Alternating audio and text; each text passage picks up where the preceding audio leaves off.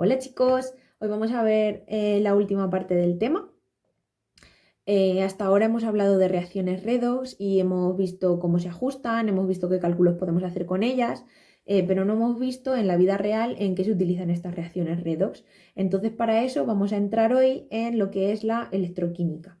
La electroquímica es la parte de la química que estudia la conversión de la energía eléctrica en energía química o al revés, en la energía química en energía eléctrica. Entonces, dentro de los procesos electroquímicos va a haber de dos tipos. El primero es cuando yo tengo una reacción redox espontánea y transformo esa energía de la reacción redox que se produce en mi reacción en energía eléctrica para poder utilizarla pues en cualquier otra cosa, ¿vale? Eso es lo que ocurre en lo que comúnmente llamamos pilas. Pero también puedo tener el proceso contrario, o sea que yo tengo una corriente eléctrica y yo utilizo la energía de esa corriente eléctrica en provocar una reacción redox que en principio no es espontánea. Entonces, en ese caso, transformaré mi energía eléctrica en química. En este tema nos vamos a centrar en la primera parte, en la parte de pilas. Una pila recibe varios nombres, ¿vale? Puede llamarse pila voltaica, pila galvánica o también celda galvánica, todos esos nombres tiene. Y como he dicho, es cuando yo tengo una reacción redox espontánea y quiero aprovechar esa energía química para transformarla en energía eléctrica. Y esa energía eléctrica, pues darle otro uso, el que sea. ¿Vale? Entonces, ¿qué es lo que pasa en cualquier reacción redox? Que yo voy a tener un agente reductor que va a ceder electrones y a su vez se va a oxidar y esos electrones los va a ceder a un agente oxidante. Entonces ese agente oxidante va a captar electrones y a su vez se va a reducir. Esto en realidad ya lo sabemos, son conceptos muy confusos, los podéis escuchar varias veces si lo necesitáis o pausar el vídeo y apuntarlo a ver si cuadran con lo que vosotros creíais y con lo que estamos haciendo en los problemas. Pero esto es lo mismo que estamos haciendo en todos los problemas redox. Entonces, ¿cuál es la diferencia con una pila? Pues que normalmente en una reacción redox cualquiera, esa transferencia de electrones se produce todo junto, todo, o sea, tanto la reducción como la oxidación se producen en un mismo compartimento, en una misma disolución y esa transferencia de electrones se hace directamente. Pero para nosotros poder aprovechar esa energía y convertirla en energía eléctrica, lo que hacemos es que se produzcan de forma separada en dos compartimentos diferentes la oxidación y la reducción. Y esa transferencia de electrones no se produce directamente, sino que se produce en un hilo conductor. Entonces, en el momento que yo tengo electrones circulando por un hilo conductor, yo voy a tener ahí una corriente eléctrica que voy a poder utilizar de otra forma. Ese es el fundamento de la pila. Esto que veis aquí es una celda galvánica cualquiera, no hemos puesto de qué material es cada cosa porque esta es como una estándar que no es ninguna en concreto. Y bueno, se ve que las semirreacciones de oxidación y de reducción están en lugares diferentes, ¿verdad? Por aquí estaría la de oxidación y por aquí estaría la de reducción. Entonces, las partes de las que consta serán dos recipientes separados, aquí los vemos los dos, 1 y 2, y cada uno va a contener una disolución acuosa de un electrolito. Puede ser un ácido, una sal, una base. En la siguiente imagen que vamos a ver ahora después ya veremos una pila concreta y veremos algunos de esos electrolitos. Entonces, también va a constar de dos electrodos. Los electrodos son esto de aquí. Bueno, lo tenéis marcado. Es una tira de metal que está sumergida en ese electrolito. Entonces, sobre la superficie de este electrodo es donde se van a producir la oxidación y la reducción. O sea, aquí, en este de aquí, en esta superficie, es donde se va a producir la oxidación y en esta de aquí es donde se va a producir la reducción. Bueno, más concretamente la parte de abajo, que es la que está sumergida. En el que se produce la oxidación se llama ánodo. Lo tenéis aquí puesto también. Y en el que se produce la reducción se llama cátodo. Yo para no liarme con esto, porque a veces pues, se nos olvida cuál era cuál, hay un truco, una regla mnemotécnica, y es que en el ánodo se produce la oxidación, los dos empiezan por vocal, y en el cátodo se produce la reducción, los dos comienzan por consonante. Entonces estos dos electrolitos están conectados entre sí por un hilo conductor, que lo tenéis por ahí. Y además también están conectados por otro lado, que es esto de aquí, que es el puente salino. El puente salino es un tubo que tiene forma de U invertida, como veis aquí, y dentro tiene un electrolito inerte que es neutro, ¿no? Y tiene, pues si diréis, pues si esto es un líquido, ¿cómo no se sale? Bueno, pues porque tiene estos dos tapones que son un material poroso que permite que se puedan transferir iones, pero no se sale lo que es la disolución. O sea, permite el paso de iones, pero la disolución no se sale, no se queda, porque si no se vaciaría, ¿verdad? Bueno, la sustancia que tiene, en este caso se ha puesto cloruro de potasio porque es uno de los que se suele poner, no interviene en la reacción. Lo único que hace es que facilita el movimiento de los iones entre las dos disoluciones. Entonces, si la pila está bien diseñada, pues se va a producir una diferencia de potencial entre mi cátodo y mi ánodo y se producirá una corriente eléctrica. La diferencia de potencial o el voltaje que se produce entre los dos electrodos es el parámetro más importante de la pila y va a depender de los materiales de los que estén hechos el ánodo y el cátodo. Ahora más adelante entraremos más en esto. Esto que veis aquí ya es un ejemplo concreto de una pila que es la pila Daniell, tiene ese nombre, ¿vale? Aunque ya veréis que hay muchas más, o sea, pueden ser de muchos materiales distintos, pero esta es como la más conocida. Entonces, la pila Daniell se caracteriza porque su ánodo es de zinc y su cátodo es de cobre. Entonces, en el recipiente que vemos nosotros a la izquierda se sumerge una lámina de zinc, que será el ánodo, en una disolución, que esta disolución es de sulfato de zinc. Os lo pongo por aquí. Y en el de la derecha se sumerge una lámina de cobre en una disolución de sulfato de cobre. A ver, como esto es una sal, pues las sales estarán aquí ionizadas, o sea, aquí tendremos el zinc 2+, que veis también por aquí, y el SO4 2-, y esto pues será el cobre 2+, y también el SO4 2-, estarán ahí ionizadas. Entonces estas dos disoluciones se van a intercomunicar con un puente salino, que igual en este caso le han puesto cloruro de potasio, pero ese no tendría por qué ser cloruro de potasio, también podría ser, por ejemplo, cloruro de sodio. Entonces cuando se conectan los dos electrodos, con mi cable este de aquí arriba, empieza a funcionar la pila. En el ánodo se va a producir la oxidación, como hemos dicho. Entonces, ¿qué oxidación se va a producir? Mirad, la tenéis aquí escrita. El zinc se va a transformar en zinc 2+. Si veis, pasa de un número de oxidación 0 a un número de oxidación 2. ¿Vale? Entonces, los electrones estos que cede el zinc, que veis que son 2 electrones, en realidad son 2 electrones por cada átomo de zinc, o sea que al final van a ser un montón. Esos electrones que ceden van a circular por el hilo conductor, ¿veis? También os lo pone aquí, os lo pone todo, hasta el cátodo de cobre. O sea, van a venir por aquí hasta el cátodo de cobre. Entonces, aquí, cuando lleguen aquí estos electrones, que también está en contacto con mi cátodo y con mi disolución, se va a producir la reducción del cobre, tal como se muestra aquí en esta reacción. O sea, el cobre 2+, el ion cobre que yo tengo disuelto aquí en mi electrolito, va a captar los electrones que vengan por mi hilo conductor y se va a convertir en cobre. De tal forma que lo que está pasando aquí todo el rato es que este electrodo de zinc, si lo veis, el zinc se va desapareciendo y se va transformando en zinc 2+, o sea que este electrolito de aquí se va a ir como disolviendo, va a ir desapareciendo, y a la vez este de aquí, el de cobre, se va a ir como haciendo más grande, porque el cobre 2+ se va a ir depositando en forma de cobre aquí en la pared del electrolito, ¿vale? Entonces, ¿qué va a pasar? ¿Por qué tenemos aquí lo del puente salino? Bueno, pues porque aquí mis disoluciones lo que van a querer es ser eléctricamente neutra, porque si no se formaría ahí una pedazo carga impresionante.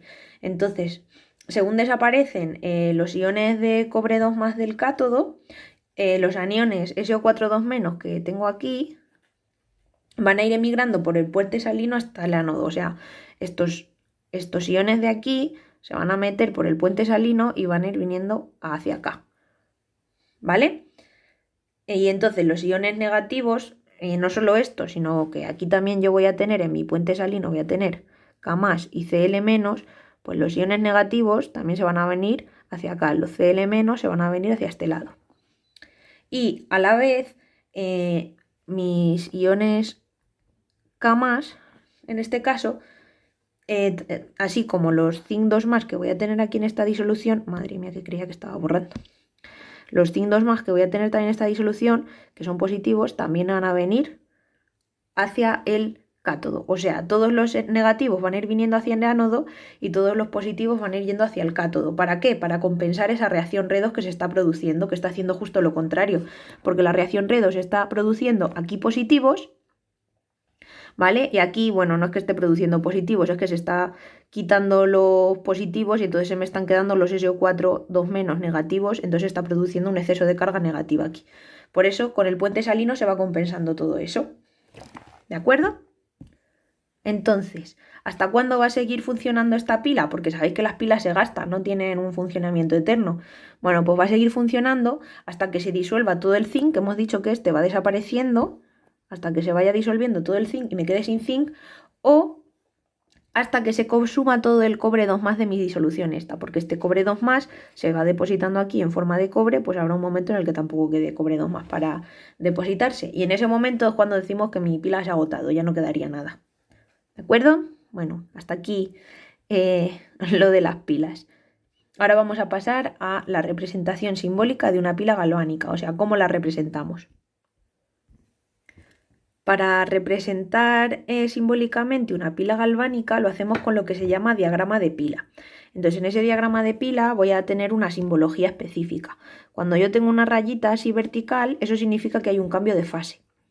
Cuando tengo dos rayitas verticales así juntas, significa que hay un puente salino.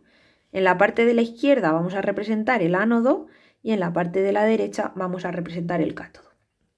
Por lo tanto, ¿cómo representaríamos la pila de antes? Pues mirad, teníamos el ánodo que era de zinc.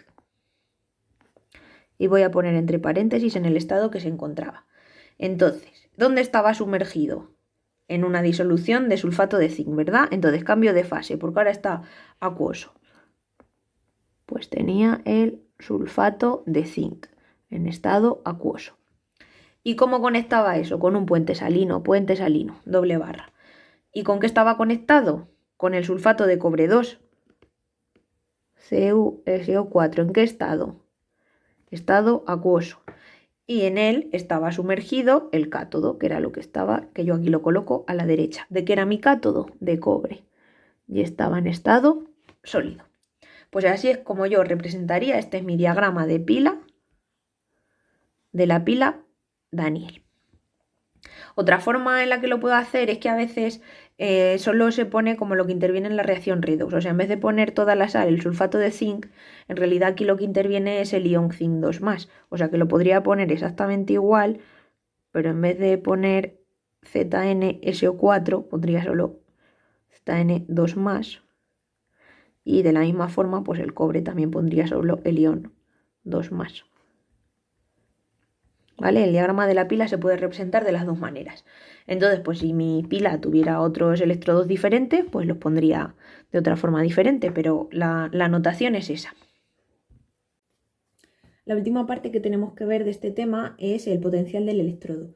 Nosotros hemos dicho antes que entre el ánodo y el cátodo se producía una diferencia de potencial y que ese parámetro era el parámetro más importante de todos los de la pila. Entonces, esa diferencia de potencial también se puede llamar voltaje o fuerza electromotriz. Todo eso se refiere al mismo parámetro. Entonces, yo siempre voy a poder medir la diferencia de potencial entre los dos electrodos, pero a mí me sería muy útil poder asignar un valor de potencial a cada uno de los electrodos sin tener que medir la diferencia. O sea, yo siempre puedo ver la diferencia entre el uno y el otro, pero no puedo medir el potencial de un electrodo solo, o sea, de lo que está pasando en una de las semirreacciones. Entonces, para poder tener un valor de cada potencial, o sea, de potencial de cada una de esas semirreacciones, lo que podemos hacer es darle un valor arbitrario a cualquier semirreacción y a partir de ese valor ponernos a escalar todos. O sea, vamos a coger uno y vamos a decir que vale 0, que ese potencial va a ser 0, porque yo quiero el que sea. Y como lo que yo siempre mido es una diferencia de potencial, a partir de ese, pues veré que unos tienen un potencial más alto, que va a ser positivo, y otros tienen un potencial más bajo, que va a ser negativo. Entonces, el que cogemos para medir ese potencial al que le damos el 0 es al electrodo estándar de hidrógeno. Entonces, a ese electrodo estándar de hidrógeno le damos el valor 0. Entonces, poniendo en una pila ese electrodo estándar de hidrógeno con cualquier otro electrodo, podremos calcular el valor de su potencial estándar de reducción o de oxidación y así poder tabularlo. Entonces vamos a tener una tabla que os mostraré por aquí en algún lugar, que va a tener todos los valores tabulados a partir de llamar 0 a ese electrodo estándar de hidrógeno.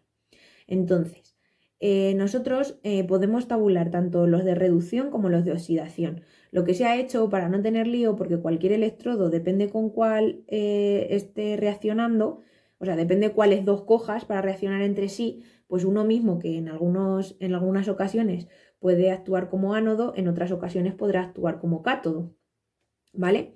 Entonces, lo que hacemos es que en las tablas siempre pone el de reducción, siempre.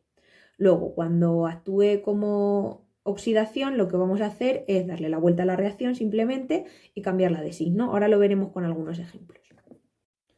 Por aquí os he puesto la tabla con todos los potenciales de reducción, ¿vale? O sea, aquí tengo todas las semireacciones de reducción que puedo tener y el valor del potencial estándar de reducción. O sea, comparándolo con que el hidrógeno, como os he dicho antes, le damos el valor 0. Entonces, si yo tengo dos semireacciones cualesquiera, yo tengo que saber cuál va a actuar como reductor y cuál va a actuar como oxidante. Entonces, ¿cómo voy a saber yo eso? Vale, pues siempre el que tenga un mayor potencial o un potencial más positivo va a ser el que se va a reducir. Os lo apunto por aquí para que no me tengáis que escuchar muchas veces. O sea, se reducirá el que presente mayor potencial de reducción. Pongo aquí que es el de reducción. Por lo tanto, se oxidará el que presente menor potencial de reducción. ¿De acuerdo? O sea, cuanto más positivo sea, veis que los más positivos son estos que están por aquí, ¿vale? Cuanto más positivo sea, más tendencia va a tener a reducirse, y cuanto más negativo, pues más tendencia va a tener a oxidarse. ¿De acuerdo? Vale. ¿Qué más cosas? Vale, yo voy a poder calcular el potencial estándar de la pila sumando los potencial de oxidación y de reducción de mis dos semireacciones, ¿vale? O sea, imaginaros que a mí me dicen que yo tengo una pila, vamos a poner como ejemplo la Daniel que hemos visto antes. O sea, sabéis que a mí me dirían en este caso que yo tendría uno de los electrodos sería de cobre, ¿verdad? Y el otro electrodo sería de zinc. Entonces me voy a buscar yo aquí mis semireacciones y con eso voy a deducir cuál se oxida, o sea, como si yo ya no me acuerdo de nada de lo que he hecho antes, ¿vale? Entonces el cobre yo sé que el potencial de reducción sería cobre 2 más 2 electrones para dar cobre, y esto sería más 0,34 de potencial de reducción. Aquí voy a poner, vale, y el del zinc, a ver dónde está el zinc. El zinc va a ser zinc 2 más 2 electrones para dar zinc, y mi potencial es menos 0,76. Entonces, con esto que os he dicho yo aquí, ¿cuál se reducirá? El que presente mayor potencial de reducción, o sea, se va a reducir este. Por lo tanto, el zinc se va a oxidar, o sea, la reacción que se produce en el zinc va a ser la contraria. Zinc para dar zinc 2 más 2 electrones, y lo que va a tener es un potencial estándar de oxidación igual a 0,76, ¿vale? Entonces, con eso yo voy a poder saber el potencial de la pila, porque mi potencial estándar de la pila va a ser igual al potencial de reducción más el potencial de oxidación. El de reducción de la reacción que se esté reduciendo, y el de oxidación pues de la reacción que se esté oxidando. O sea que sería en este caso 0,34 más 0,76. 1,1 voltios. Y veis que es positivo. Esto es muy importante porque cuando el potencial de la pila es positivo, eso indica que la reacción es espontánea. Y cuando el potencial de mi pila sea negativo, significará que no es espontánea. Entonces me pueden pedir en un ejercicio, me pueden dar, por ejemplo, los potenciales de reducción de dos metales y decirme una pila de estos dos metales. Bueno, primero me pueden preguntar cuál se oxida y cuál se reduce, o cuál es el oxidante y cuál es el reductor. Y luego me pueden preguntar que calcule el potencial de la pila y que diga si es espontánea o no es espontánea. Esos son ejercicios típicos de este tipo. Bueno, haremos más ejercicios. Bueno, esto es simplemente un ejemplo que os he puesto aquí, pero ya con esto podéis hacer todas las cuestiones de este tema. También hacen algunas preguntas un poquito teóricas sobre la pila, así que espero que lo hayáis entendido bien. Y creo que esto es todo. Si se me va ocurriendo algo más, pues ya os iré diciendo. Pero creo que con esto ya podemos hacer todo, ¿vale? Bueno, chicos, espero que os haya sido útil el vídeo. Adiós.